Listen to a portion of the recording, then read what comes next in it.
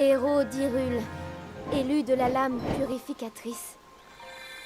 Toi qui as prouvé ton habileté au combat et ta volonté infaillible, reçois la bénédiction de la déesse Ilia. À travers les contrées célestes, par-delà les limbes du temps et les ténèbres du crépuscule, l'âme du héros et l'épée de la destinée ne font qu'un. En ce jour et pour toujours, que nos prières galvanisent sa lame et soutiennent ton bras.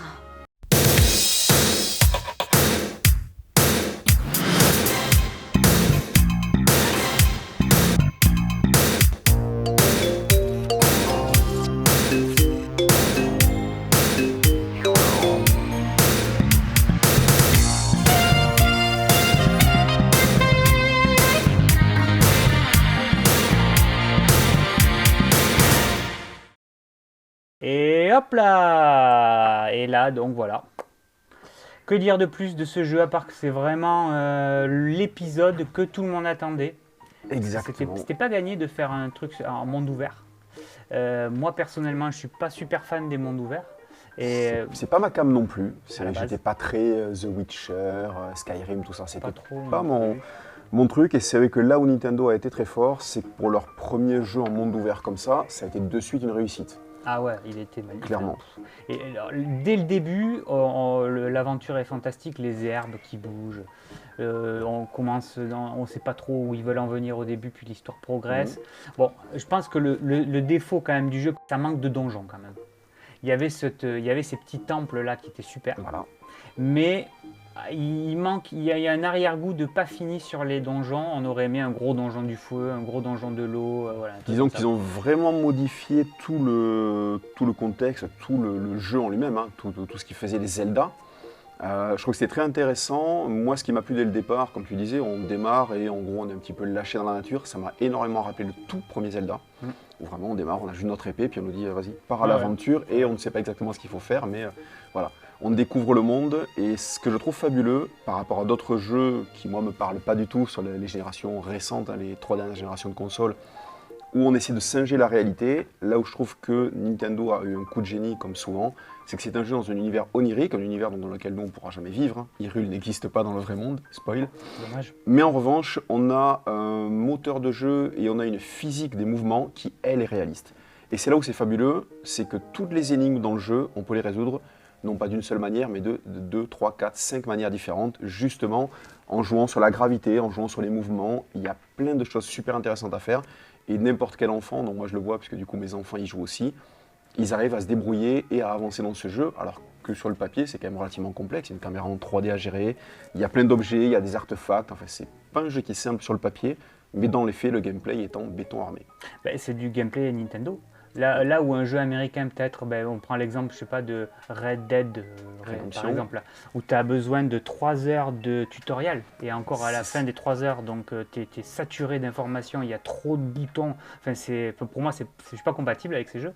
Mais là il y avait vraiment à la fois des fonctions très complexes, mais faciles d'accès. Donc c'est génial. Et comme elles sont progressives, comme on les apprend aussi progressivement, on galère pas. Et là, moi, ce que je pense le plus adoré dans ce jeu, c'est de pouvoir grimper. Je trouve que c'était une idée géniale. Et la paravoile. Ouais, c'était fabuleux. C'est génial. J'ai encore le vieux souvenir glauque d'un jeu qui s'appelait Fable sur la Xbox. Je sais pas si tu te souviens de ce jeu. Ça, moi j'aimais bien. Ouais, un petit peu trop court, mais j'aimais bien. Ouais, mais c'était quand même le concept de CG où tu étais dans t'avais un passage, tu avais un petit mur de 2 cm, 20 cm, et le mec était bloqué, il pouvait même pas passer. Là, tu vois la montagne, tu peux monter sur la montagne si tu as les compétences pour y arriver, que tu as la jauge de, je sais plus ce que c'est, d'endurance. D'endurance. S'il pleut pas aussi, sinon tu vas pleut pas. glisser. Il y a plein de paramètres comme ça à prendre en génial. considération qui sont fabuleux. Donc super jeu. Donc là, toi en plus, tu as les versions collector. Voilà, parce que moi j'ai des petits soucis en fait dans ma tête. Quand j'aime un jeu, je fais pas semblant de l'aimer. Et du coup, la couverture formait une sorte de triptyque. Je me suis dit, tu vas en prendre 3, sinon j'arrivais pas à dormir en fait. Magnifique, donc j'ai été obligé. Tu arrives à dormir depuis Depuis, ça va beaucoup mieux. J'ai encore rendez-vous avec mon psy dans une demi-heure. Et donc le jeu était fourni à l'intérieur, naturellement. On avait également dans ce collector la bande-son Qui est super. Je vais montrer ici. Très Voilà. bonne bande-son Tout à de fait. Zelda. Alors aussi, c'est que ça fait partie des éléments où certains ont critiqué en disant il y a moins de thèmes Oui, il y a moins de marquants, en thèmes, tout c'est cas, vrai. moins de choses comme ça. Mais en revanche, on a une musique de fond pendant tout le jeu qui s'adapte en fonction des environnements, en fonction de l'action, et qui est, je trouve, géniale. Et dès que je l'entends, moi, ça me rappelle beaucoup de souvenirs et beaucoup de choses que j'ai vécues avec ce jeu. Et dans le collector, on a également donc, cette épée que je vais mettre ici, si on la voit un petit peu mieux. Voilà, l'épée de légende qui est en résine creuse, si je ne dis pas de bêtises, voilà, qui est super sympa. C'est un collector en plus qui était exclusif, celui-ci, à l'Europe.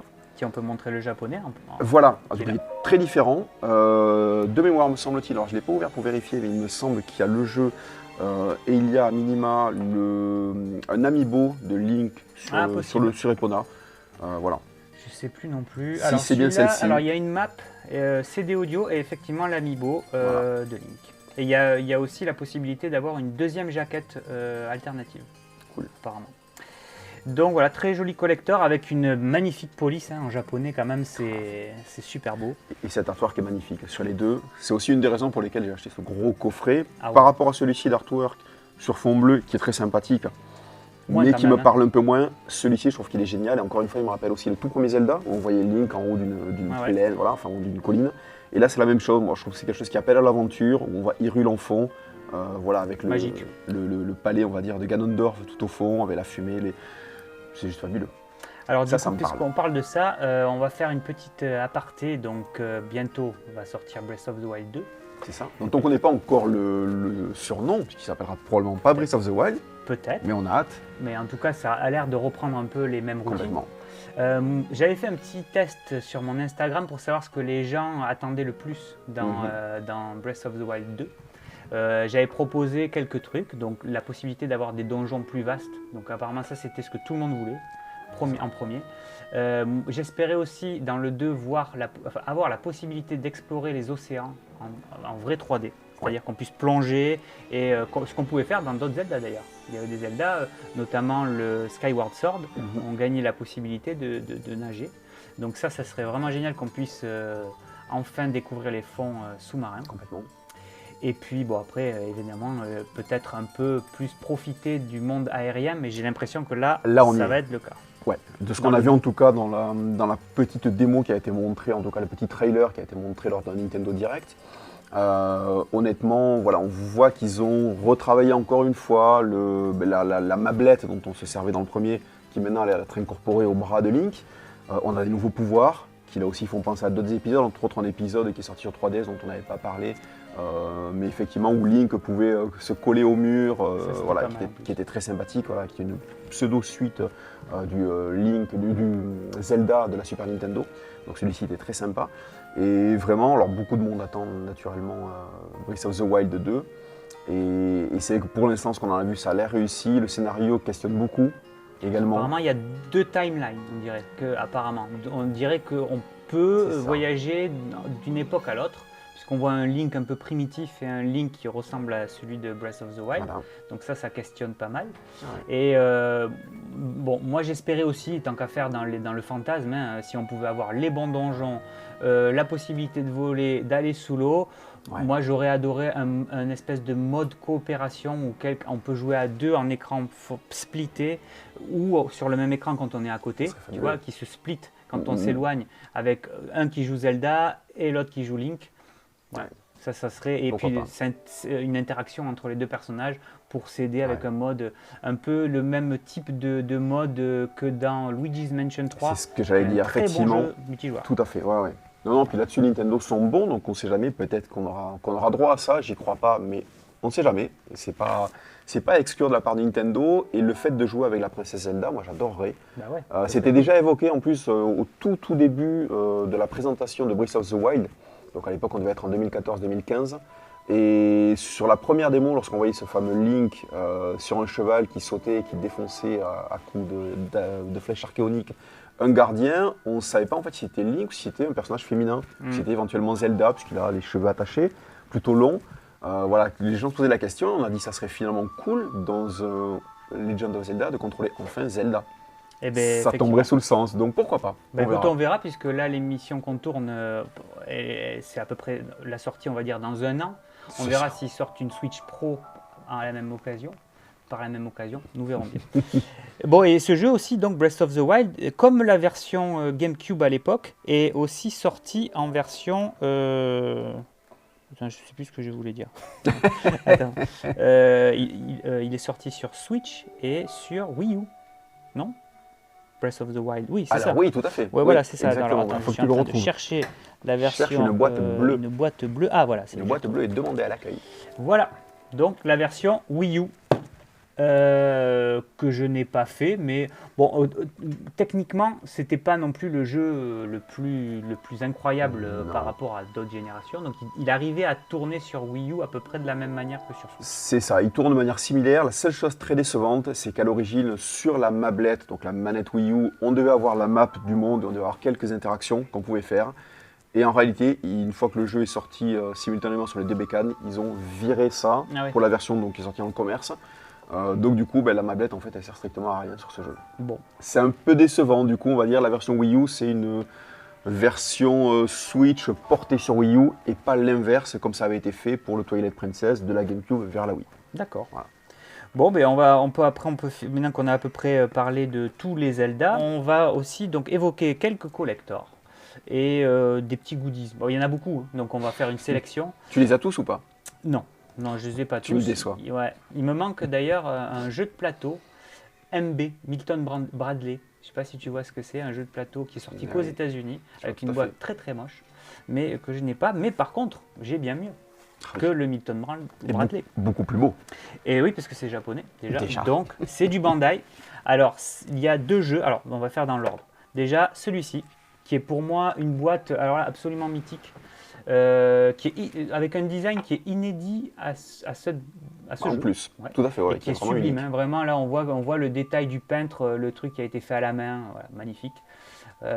Donc, c'est un jeu de plateau qui reprend le premier Zelda avec un super plateau qui est très vintage. Je l'ai essayé le jeu, il est pas mal en plus. On voit pas le plateau malheureusement dans le dos, mais on peut se délecter. Les artworks sont fabuleux. Là, c'est vraiment génial. Donc ça, c'est la version, donc c'est le jeu de plateau qui correspondait à la version Famicom NES. Et ils ont fait aussi le jeu de plateau qui correspond à la version Link to the Past de la Super Famicom.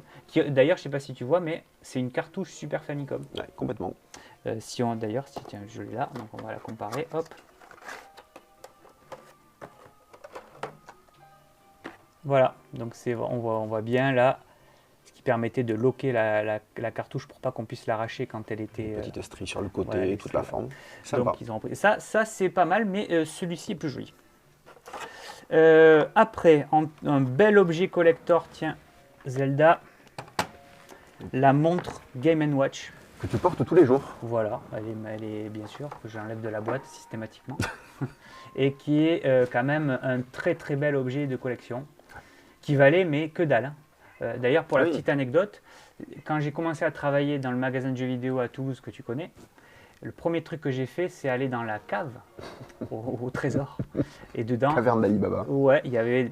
Maintenant, rétrospectivement, je me rends compte que j'ai laissé passer des trucs incroyables, hein, parce qu'il y avait plein de jeux NES neufs. J'en ai récupéré quelques-uns, mais pas tous. Des jeux PlayStation neufs, hein, il y avait plein de trucs scellés quoi, qui maintenant sont très rares. Et donc, il y avait cette montre. Et que le patron du magasin m'a... tu sais, c'était l'époque où on se débarrassait des choses. Ah oui. Il ne faut pas oublier qu'elle existait cette époque. Parce que la hype en plus autour de Zelda est arrivée après Ocarina of Time. Au début, ça valait rien. C'était un jeu que les gens considéraient comme un million-seller, donc forcément pas un jeu collector, pas recherché. Et en plus, c'était un jeu de rôle, donc c'était pas non plus un jeu d'aventure-action, c'était pas le genre qui était le plus prisé en Europe en tout cas. Ben non. Et du coup, tout ce qui était goodies ou autre, hein, les Game & Watch, les montres, tout ça, on s'en fichait un petit peu. Ah ouais. Et à partir des années 2000, les gens ont commencé à dire ah mais en fait Zelda c'est une série culte, ça existe depuis 15 ans, c'est chouette, c'est sympa, le design est cool. Et là, ça a commencé à grimper en valeur. Et donc moi cette montre, il me l'a donnée. Voilà. C'est un cadeau sympa. C'est sympa, maintenant oui. Mais à l'époque, on le remercie d'ailleurs. Ouais, voilà. Je pense qu'il regrette quelques trucs d'ailleurs. Hein. Pour la petite info, dans ce magasin, on a mis à la benne, pour l'anecdote, 200... Je Neo Geo. Non, mais presque. 200 Secret of Mana avec le guide. Tu te souviens de cette édition Super Nintendo scellée, donc là, les blisters scellés, guide plus Secret of Mana. Nintendo n'avait pas accepté le retour. à l'époque. D'accord. Et donc ça valait rien. Donc ben, hop, voilà. Merci 200 Nintendo. pièces. Je pense qu'il y a des gens peut-être qui en ont récupéré quelques pièces qu'on voit maintenant sur eBay à 5000 €. Il y a aussi donc le Très CD. joli, ça. C'est pas le CD audio, c'est un sound and drama de Zelda. Donc c'est comme une espèce d'histoire parlée quoi, autour de Zelda. Donc un truc qui est très japonais et qui nous parle pas du tout à Non, nous. mais qui est assez rare par contre. C'est ça. C'est un bel objet collector, mais bon voilà. Et avec toujours pareil, un très joli artwork. Hein.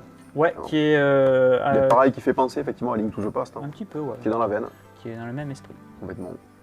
Donc voilà, après on a un truc qui est typiquement japonais et qui était absolument génial à l'époque. C'est ça, c'est le Barcode Battler 2, même, Le parce 2, qu'il y a eu ouais. 2 versions.